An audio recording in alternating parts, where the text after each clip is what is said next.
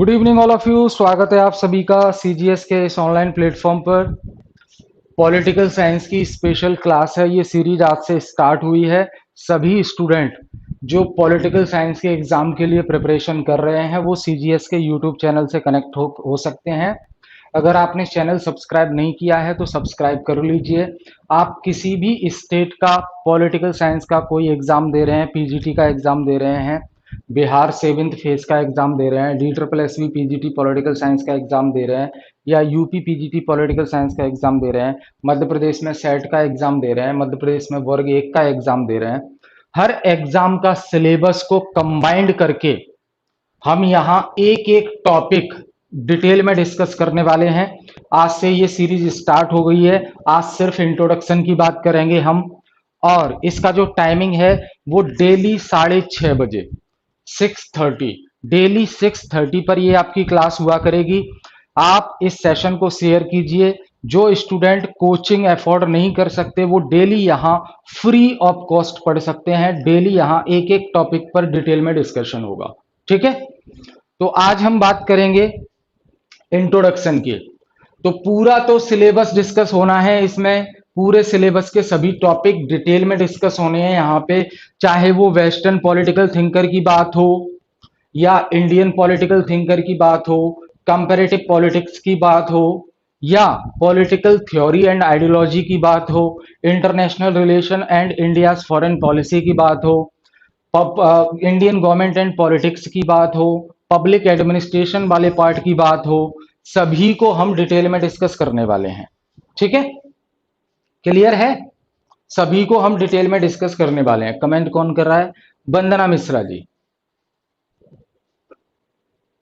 जी जी वंदना जी, सारे टॉपिक के according classes चलेंगी। बस आप सेशन को ज्यादा से ज्यादा शेयर करें और डेली 6:30 कनेक्ट हो सीजीएस के इस प्लेटफॉर्म से, ठीक है। थ्योरी की क्लासेस, सभी थिंकर्स की थ्योरी डिस्कस की जाएगी, एक एक थ्योरी डिस्कस की जाएगी, ठीक है।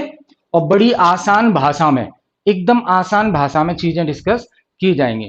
तो आज हम बात कर रहे हैं पहली यूनिट हमारी, जिसका नाम है वेस्टर्न पॉलिटिकल थिंकर, यानी कि पाश्चात्य राजनीतिक विचारक। वेस्टर्न पॉलिटिकल थिंकर यानी कि पाश्चात्य राजनीतिक विचारक। अब वेस्टर्न पॉलिटिकल थिंकर को हम 3 कैटेगरी में बांटते हैं। ध्यान से सुनिएगा वंदना जी, वेस्टर्न पॉलिटिकल थिंकर को हम 3 कैटेगरी में बांटते हैं। पहली कैटेगरी एंशिएंट थिंकर, दूसरी कैटेगरी मिडेवल थिंकर, तीसरी कैटेगरी मॉडर्न थिंकर, ठीक है। इन 3 कैटेगरी में हम बांटते हैं। कौन कौन सी? एंशिएंट थिंकर यानी कि प्राचीन विचारक, दूसरा मिडेवल थिंकर यानी कि मध्यकालीन विचारक, तीसरा मॉडर्न थिंकर यानी कि आधुनिक विचारक। तो एंशिएंट पॉलिटिकल थिंकिंग को ही, एंशिएंट पॉलिटिकल थिंकर को ही हम एंशिएंट ग्रीक थिंकर भी कहते हैं। समझिएगा, एंशिएंट पॉलिटिकल थिंकर को हम एंशिएंट ग्रीक थिंकर भी कहते हैं। क्यों कहते हैं जी? क्योंकि सबसे पहले वेस्टर्न में अगर हम बात करें, वेस्ट में बात करें, तो सबसे पहले जो शुरुआत हुई पॉलिटिक्स से संबंधित सोचना और विचार करना शुरू किया वो ग्रीस से हुआ, यूनान से हुआ, एंशिएंट ग्रीस से हुआ, प्राचीन यूनान से हुआ। इसीलिए इसी बिहाफ पर एंशिएंट पॉलिटिकल थिंकर को हम एंशिएंट ग्रीक पॉलिटिकल थिंकर भी कहते हैं। अब एंशिएंट ग्रीक थिंकर में यानी कि प्राचीन जो विचारक हैं वेस्ट के, उसमें 3 लोगों को हम पढ़ते हैं। पहला सुकरात, दूसरा प्लेटो और तीसरा एरिस्टोटल। तो सोक्रेटिस, प्लेटो, एरिस्टोटल, ठीक है। सुकरात के स्टूडेंट थे प्लेटो, प्लेटो के स्टूडेंट थे एरिस्टोटल, ठीक है। तो सुकरात और प्लेटो ये स्कूल ऑफ आइडियलिज्म से बिलोंग करते हैं, आदर्शवादी स्कूल से बिलोंग करते हैं। इनकी जो विचारधारा है वो आदर्शवाद की विचारधारा है। वहीं जो प्लेटो के स्टूडेंट थे एरिस्टोटल, उनकी जो विचारधारा है वो कौन सी विचारधारा है? वो विचारधारा है रियलिज्म वाली। वो कौन सी विचारधारा है? रियलिज्म वाली, यानी कि यथार्थवादी विचारधारा से संबंध रखते हैं एरिस्टोटल। इसी बिहाफ पर एक क्वेश्चन पूछा जाता है, आपने कई एग्जाम में देखा होगा। बिल्कुल, आप यूपी पीजीटी की कर रहे हैं, कोई दिक्कत नहीं है, सारी चीजें यहां कवर होंगी। आपने एक क्वेश्चन देखा होगा एग्जाम में कि एरिस्टोटल को हम फादर ऑफ पॉलिटिकल साइंस कहते हैं, राजनीतिक विज्ञान का जनक हम अरस्तु को कहते हैं, जबकि प्लेटो को हम फादर ऑफ पॉलिटिकल फिलॉसफी कहते हैं, राजनीतिक दर्शन का पितामह हम प्लेटो को कहते हैं। क्यों? क्योंकि प्लेटो स्कूल ऑफ आइडियलिज्म से बिलोंग करते हैं, आदर्शवादी विचारधारा से बिलोंग करते हैं, जबकि एरिस्टोटल रियलिस्ट हैं और उन्हें वो स्कूल ऑफ रियलिज्म से बिलोंग करते हैं, यथार्थवादी विचारधारा से बिलोंग करते हैं, साइंस पे विश्वास करते हैं, उनके ऊपर प्रभाव भी पड़ा, जो साइंटिस्ट थे उस समय के उनका प्रभाव भी पड़ा, तो उन्हें जो है फादर ऑफ पॉलिटिकल साइंस कहा जाता है। ठीक है, अब हम पॉइंट पर आते हैं। एंशियंट ग्रीस की हम बात कर रहे हैं। एंशियंट ग्रीक उस समय पर बेटा, उस समय पर जो स्टेट हुआ करते थे वो इतने बड़े बड़े स्टेट नहीं हुआ करते थे जितना कि आज हम देखते हैं। जितना कि आज हम देखते हैं उतने बड़े बड़े स्टेट नहीं हुआ करते थे। एक वर्ड आता है क्या? Police, POLIS, POLIS, police. Police ये एक ग्रीक भाषा का शब्द है। पुलिस एक ग्रीक भाषा का शब्द है जिसका मतलब होता है सिटी स्टेट, यानी कि नगर राज्य। अब ये नगर राज्य क्या होते थे? तो उस समय प्राचीन यूनान में ऐसे बड़े बड़े देश नहीं हुआ करते थे, जैसे कि आज इंडिया, ऑस्ट्रेलिया ये देश देखते हैं, ऐसे देश नहीं हुआ करते थे। उस समय पे सिटी स्टेट हुआ करते थे, नगर राज्य हुआ करते थे। वो कैसे होते थे? बहुत छोटे छोटे होते थे। एक अपने क्षेत्र में एक राज्य बना लिया, कुछ लोग वहां रहने लगे। ठीक है, कोई कानून व्यवस्था नहीं थी, कोई लॉ एंड ऑर्डर नहीं था, कोई लॉ बनाने वाली संस्था नहीं हुआ करती थी, कोई लॉ को इंप्लीमेंट करने वाली, लॉ को, कानून को लागू करने वाली संस्था नहीं हुआ करती थी। तो एक तरह से कह सकते हैं आप, जंगल राज था। जंगल राज था, जिस प्रकार जंगल में कोई कानून नहीं होता उसी प्रकार जंगल राज था। ठीक है, तो उसी टाइप के जो सिटी स्टेट बहुत हुआ करते थे उस समय, उन्हीं में से जो सबसे बड़े सिटी स्टेट थे, उन्हीं में से जो सबसे बड़े नगर राज्य थे, वो कौन थे? एक एथेंस, ध्यान से सुनेंगे, एक सबसे बड़ा राज्य था एथेंस जिसका नाम था, और एक राज्य था स्पार्टा। एक राज्य था एथेंस और दूसरा राज्य था स्पार्टा। ठीक है, अब एथेंस और स्पार्टा की जो क्वालिटीज आप देखेंगे तो आप देखकर भी हैरान रह जाएंगे कि जो एथेंस राज्य हुआ करता था वो बहुत बड़ा राज्य था। एथेंस राज्य आप देख पा रहे हैं मैप पर, एथेंस और स्पार्टा के सोल्जर। ठीक है, एथेंस जो राज्य था वो एरिया में बहुत बड़ा, वहां की पॉपुलेशन ज्यादा, और वह अमीर राज्य, सेना बहुत अच्छी थी एथेंस की। जबकि स्पार्टा एथेंस की तुलना में छोटा राज्य था। लेकिन क्या हुआ? दोनों में हुआ युद्ध, दोनों में हुआ वॉर, दोनों में युद्ध हुआ। एथेंस और स्पार्टा के बीच में युद्ध हुआ। इस युद्ध को हम पेलोपोनेशियन वॉर के नाम से जानते हैं, पीपी वॉर, पीपी युद्ध के नाम से जानते हैं। इस पर एक मूवी भी बनी थी, मूवी 300। मूवी 300 आप अगर देखने का मौका मिले तो देखिएगा, मूवी 300 ये मूवी भी बनी थी जिसमें एथेंस और स्पार्टा का युद्ध दिखाया गया है। अब क्या हुआ? दोनों राज्यों में युद्ध हुआ, और युद्ध का जब रिजल्ट आया, युद्ध का जब परिणाम आया, तो नतीजा क्या निकला कि एथेंस बड़ा राज्य होते हुए भी स्पार्टा से हार गया। Athens got defeated. एथेंस जो है बड़ा राज्य होने के बावजूद भी स्पार्टा से हार गया। अब तो दिक्कत हो गई, क्योंकि एथेंस में उस समय रहने वाले थे एथेंस के, जिनका नाम था सुकरात। एथेंस के रहने वाले थे एक थिंकर जिनका नाम था सुकरात, सोक्रेटिस। अब सुकरात का दिमाग जो है चकरा गया। सुकरात का दिमाग, सोक्रेटिस का दिमाग जो है चकरा गया। वो ये सोचने पर मजबूर हो गए कि एथेंस इतना बड़ा राज्य होने के बावजूद भी एक छोटे से राज्य से कैसे हार गया। अब इन्होंने अपने आप में ये प्रण लिया, अपने आप से ये प्रॉमिस किया कि मैं ये पता लगा के रहूंगा कि एथेंस जो है स्पार्टा से क्यों हार गया। अब उन्होंने कारणों का पता लगाने की कोशिश की तो उन्होंने पाया कि एथेंस में भ्रष्टाचार फैला हुआ है। एथेंस में एथेंस की जड़ों तक भ्रष्टाचार, करप्शन फैला हुआ है।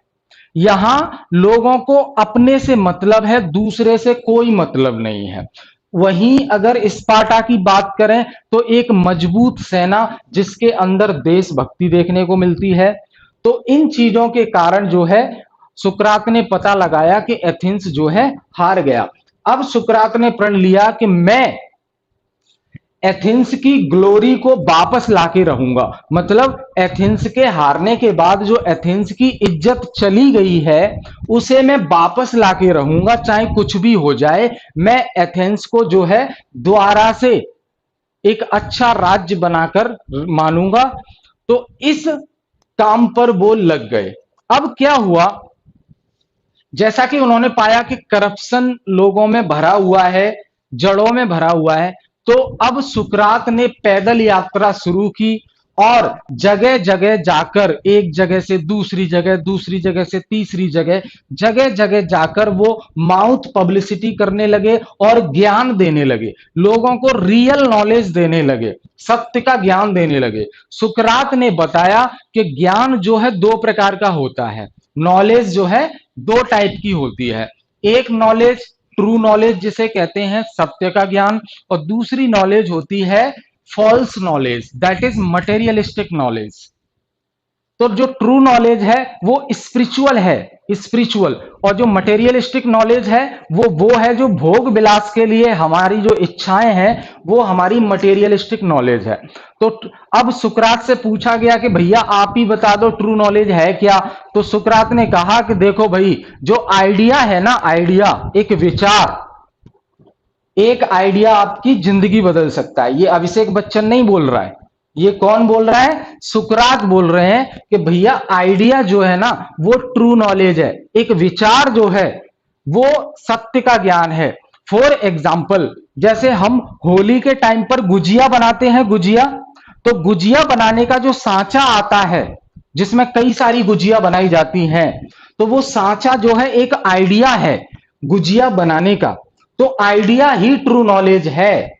आइडिया परमानेंट है, आइडिया कभी चेंज नहीं होगा। लेकिन जो उसके द्वारा जो गुजिया बनाई जा रही है वो तो मटेरियलिस्टिक है, कभी भी चेंज हो जाएगी। यानी कि वो वाली जो नॉलेज है वो फॉल्स नॉलेज है। रियल नॉलेज क्या है, idea is a real, idea he real knowledge है। तो ये समझाने की कोशिश की और जगह जगह जाकर जहां लोगों को वो देखते वहां वो लोगों को समझाने की कोशिश करते। अब क्या हुआ, अब आप एक कहावत आपने सुनी होगी कि अगर आपका पड़ोसी वही काम करने लगे जो आप काम कर रहे हो और वो भी वो पड़ोसी फ्री में करने लगे वो काम, तो जनता किसके पास ज्यादा जाएगी, पड़ोसी के पास जाएगी। आप अपनी शॉप चला रहे हो, सामान बेच रहे हो, पैसा ले रहे हो, बगल में कोई दुकान ओपन हो जाती है और फ्री में सामान बांटती है, आपके कस्टमर तो गए। ऐसा ही कुछ वहां पे एथेंस में जो प्रोफेशनल टीचर हुआ करते थे, प्रोफेशनल टीचर मतलब मोटा मोटा पैसा लेकर, मोटी मोटी फीस लेकर नॉलेज देते थे, स्टूडेंट को ज्ञान देते थे। उनके दिमाग में टेंशन पैदा हो गई कि भाई ये सुकरात तो घूम घूम कर लोगों में फ्री का ज्ञान दे रहा है। अगर ये फ्री का ज्ञान लोगों को मिलने लगा तो हमारे पास लोग क्यों आएंगे पैसा देकर, फीस देकर ज्ञान लेने के लिए। तो सोफिस्ट को लगा कि इससे तो हमारी दुकानें बंद हो जाएंगी। तो सोफिस्ट ने फिर जो है षड्यंत्र रचा और वहां का जो सत्ताधारी था, जो शासन कर रहा था, उससे शिकायत कर दी सुकरात की और कहा कि ये सुकरात जो है जनता को राजा के खिलाफ भड़काने की कोशिश कर रहा है। अब इतनी सी बात कोई राजा कैसे सुन सकता है? तो तुरंत सुकरात को बुलाया, पकड़ा सुकरात को बुलाया और सुकरात को दो ऑप्शन दिए गए। सुकरात से कहा गया, देखो जी आपके पास हैं दो ऑप्शन, या तो आप एथेंस को हमेशा हमेशा के लिए छोड़कर दूसरे राज्य में चले जाएं और फिर कभी वापस नहीं आएंगे, ये पहला ऑप्शन। दूसरा ऑप्शन ये है, अगर पहला आपको मंजूर नहीं है तो दूसरा ऑप्शन ये है कि ये लो जहर का प्याला, ये जहर का प्याला देख रहे हैं आप, ये लो जहर का प्याला और इसे पी लो और मर जाओ। तो आप बताइए सुकरात ने कौन सा ऑप्शन चूज किया? कमेंट में बताइए। सुकरात ने ऑप्शन चूज किया जी मुझे जहर का प्याला दे दो। जहर का प्याला पी लिया सुकरात ने और डेथ हो गई उनकी। जब उनकी डेथ हुई तो दूर खड़ा एक छोटा बच्चा, ज्यादा छोटा भी नहीं, दूर खड़ा एक छोटा बच्चा ये सब देख रहा था। और वो कौन था? वो और कोई नहीं था, सुकरात का जो शिष्य था जिसे हम प्लेटो के नाम से जानते हैं, वो प्लेटो था जो ये सब देख रहा था। क्योंकि एथेंस में उस समय डेमोक्रेसी थी, इसीलिए लोकतंत्र था उस समय एथेंस में। तो प्लेटो ने देखा कि उसके गुरु की जहर का प्याला पिलाकर हत्या कर दी गई, इसी बिहाफ पर प्लेटो डेमोक्रेसी से नफरत करने लगे, लोकतंत्र से घृणा करने लगे। ठीक है, अब सवाल उठता है कि सुकरात के पास ऑप्शन था बचने का, राज्य छोड़कर वो दूसरी जगह चले जाते तो कम से कम जान से हाथ नहीं धोना पड़ता, लेकिन फिर उन्होंने ये ऑप्शन क्यों चुना, मृत्यु का, जहर का प्याला पीने का? तो सुकरात इसमें संदेश देना चाहते थे कि जो राजा है उसकी बात प्रजा को माननी चाहिए, जो राजा है उसको, उसकी बात प्रजा को माननी चाहिए। ये देखिए सुकरात का एथेंस जो स्टेट है इस प्रकार बना हुआ था। सुकरात का जो एथेंस जो स्टेट है वो इस प्रकार बना हुआ था। तो सुकरात इससे संदेश देना चाहते थे कि हमेशा राजा की बात माननी चाहिए, राजा की आज्ञा का पालन करना चाहिए। राजा ने कहा है तो मैंने एक्सेप्ट किया। मैं लोगों को संदेश देना चाहता हूं कि सत्ताधारी शासक के अगेंस्ट में नहीं जाना है, वो जनता के लिए काम करता है, वो जो भी नियम कानून बनाए उसको अच्छे से फॉलो करना है। ठीक है जी, ये तो रही सुकरात की बात। अब सुकरात की जब डेथ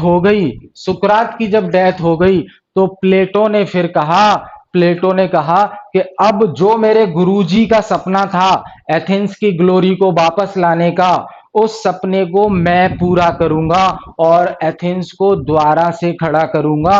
एथेंस की जो खोई हुई इज्जत है उसको दोबारा से खड़ा करूंगा। मैं लोगों के अंदर इस प्रकार ज्ञान भर दूंगा कि लोगों की सोच बदल जाए और अपने देश के लिए, अपनी जनता के लिए वो काम करने लगे और करप्शन उनको छू भी ना पाए। समझ रहे हैं? ठीक है, तो ये चीज थी प्लेटो तक की। यहां तक सारी चीजें क्लियर हैं? एक बार मुझे कमेंट करके बता दीजिए। ये शॉर्ट स्टोरी है जो कि बेस है आपका, आपका बैकग्राउंड एक बार बन जाए जिससे आगे की सारी चीजें आपको समझ आने लगे। इसलिए ये इंट्रोडक्टरी क्लास है जिसमें ये सारी चीजें मेनली बैकग्राउंड डिस्कस किया जा रहा है कि एक्चुअली में जो वेस्टर्न थिंकर हैं उसमें एंशियंट ग्रीक थिंकर जहां से पॉलिटिकल थिंकिंग की शुरुआत मानी जाती है वो यहां से हुए। ठीक है, तो ग्रीस से ही क्यों हुई पॉलिटिकल थिंकर की शुरुआत, पॉलिटिकल थॉट की शुरुआत प्राचीन यूनान से क्यों हुई? क्योंकि यही वो राज्य है जहां पहली बार लोगों ने सोचना शुरू किया कि राज्य क्या होता है, न्याय क्या होता है, लोकतंत्र क्या होता है, जनता के लिए काम कैसे करना है, कानून व्यवस्था क्या होती है। तो पॉलिटिक्स से रिलेटेड, पॉलिटिकल थॉट से रिलेटेड ये सारी चीजों का डेवलपमेंट यहां हुआ।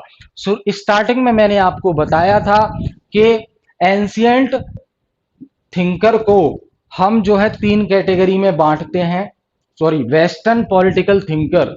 वेस्टर्न पॉलिटिकल थिंकर को हम तीन कैटेगरी में बांटते हैं। पहला एंशियंट थिंकर, दूसरा मिडाइवल मध्यकालीन थिंकर, और तीसरा मॉडर्न थिंकर। अब एंशियंट थिंकर में हम तीन लोगों को पढ़ते हैं, सुकरात, प्लेटो और अरस्तु। सुकरात के स्टूडेंट प्लेटो, प्लेटो के स्टूडेंट अरस्तु। ठीक है। अरस्तु की एक फेमस किताब है, आगे हम देखेंगे, द पॉलिटिक्स, जहां से पॉलिटी की शुरुआत मानी जाती है। ठीक है। तो एंशियंट थिंकर में हम तीन लोगों को पढ़ेंगे, सुकरात, प्लेटो और अरस्तु। उसके बाद मिडेवल थिंकर में जो चीज आती है, उसमें एक्चुअली किसी भी पॉलिटिकल आइडियोलॉजी का विकास नहीं हुआ, किसी भी राजनीतिक विचारधारा का विकास नहीं हुआ। इसीलिए मिडाइवल जो एज है, मध्यकालीन जो समय है, उसको डार्क एज कहा जाता है, अंधकार भरा समय कहा जाता है। क्यों? क्योंकि मिडाइवल एज में किसी भी पॉलिटिकल आइडियोलॉजी, पॉलिटिकल विचारधारा का उद्गम नहीं हुआ, किसी की शुरुआत नहीं हुई। ठीक है। तो मिडाइवल एज तो इस तरीके से खत्म है, वहां चर्च वगैरह का शासन चलता था। तीसरी कैटेगरी आती है modern political thinker. Modern political thinker में हम जो है मैकियावली से शुरू करते हैं। जब मिडेवल एज खत्म होने वाली थी और मॉडर्न एज शुरू होने वाली थी, तब उभर कर आते हैं हमारे एक थिंकर जिनका नाम है निकोलो मैकियावली। मैकियावली को जो मॉडर्न पॉलिटिकल थॉट है, वहीं से शुरुआत मानी जाती है। फिर मैकियावली के बाद हम जो है जे.एस. मिल पढ़ते हैं, जेरेमी बेंथम पढ़ते हैं, जे रूसो पढ़ते हैं, कार्ल मार्क्स पढ़ते हैं। ठीक है। क्लियर है ये? तो ये, हाँ जी, मॉडर्न में ओनली 3 है क्या सर जी? इसमें एंशियंट थिंकर में 3 है, सुकरात, प्लेटो और अरस्तु। वेस्टर्न पॉलिटिकल थिंकर को 3 कैटेगरी में बांटा गया है, एंशियंट थिंकर, मिडेवल थिंकर और मॉडर्न थिंकर। एंशियंट थिंकिंग में 3 थिंकर ही पढ़ते हैं, 3 विचारक हम पढ़ते हैं, सुकरात, प्लेटो और अरस्तु। ठीक है। मैकियावली, मैकियावली तब आए जब मॉडर्न एज की शुरुआत हो रही थी। क्या नाम है आपका? विवान, विवान जी। मैकियावली तब आए जब मॉडर्न एज की शुरुआत हो रही थी। ठीक है। तो मॉडर्न एज की शुरुआत मैकियावली के टाइम से ही मानी जाती है, मॉडर्न एज की शुरुआत मैकियावली के टाइम से ही मानी जाती है। तो फिर मिलेंगे कल की क्लास में, शुरुआत से थिंकर के अकॉर्डिंग ही एक एक थिंकर को हम लेंगे। पहली यूनिट है हमारी वेस्टर्न पॉलिटिकल थिंकर, पाश्चात्य राजनीतिक विचारक, जिसमें हम एक एक थिंकर को डिटेल में पढ़ने वाले हैं, एक एक थिंकर को डिटेल में पढ़ने वाले हैं। तो कल से जुड़ना मत भूलिए, ठीक 6:30 बजे। और प्लीज सेशन को शेयर कीजिए हर सोशल मीडिया प्लेटफॉर्म पर, जिससे ज्यादा से ज्यादा स्टूडेंट कनेक्ट हो सकें। यहाँ डिटेल में सारी चीजें चलेंगी। और तो आप इन क्लासेस के बिहाफ पर कोई भी एग्जाम दे सकते हैं, चाहे आप किसी भी स्टेट का पीजीटी एग्जाम दे रहे हो, यूजीसी नेट एग्जाम दे रहे हो, सेट का एग्जाम दे रहे हो, कोई भी एग्जाम आप दे रहे हो, तो वहां पे ये हेल्पफुल रहेगा। ठीक है। एक बार मुझे फाइनली कमेंट करके बता दीजिए आज का सेशन कैसा रहा, आपके कुछ विचार इसके बारे में, आपको क्या लगता है, वो शेयर करना चाहें तो कमेंट करके जरूर बताइए। आज के सेशन के बारे में जो आप सोचते हैं, कैसा सेशन रहा, हेल्पफुल रहा आपके लिए, वो सारी चीजें आप कमेंट करके जरूर बताइए। और सेशन को शेयर करना मत भूलिए, ये रिक्वेस्ट है आपसे, क्योंकि इतनी मेहनत सीजीएस की तरफ से की जा रही है। आपसे सिर्फ इतनी उम्मीद है कि सेशन को शेयर करें ज्यादा से ज्यादा। ठीक है। एक बार कमेंट करके जल्दी से बता दीजिए, फिर हम वाइंड अप करते हैं इस सेशन को। कल फिर मिलेंगे 6:30 बजे। मेरा नाम है प्रेमपाल सिंह और मैं पॉलिटिकल साइंस की फैकल्टी हूं सीजीएस कोचिंग में।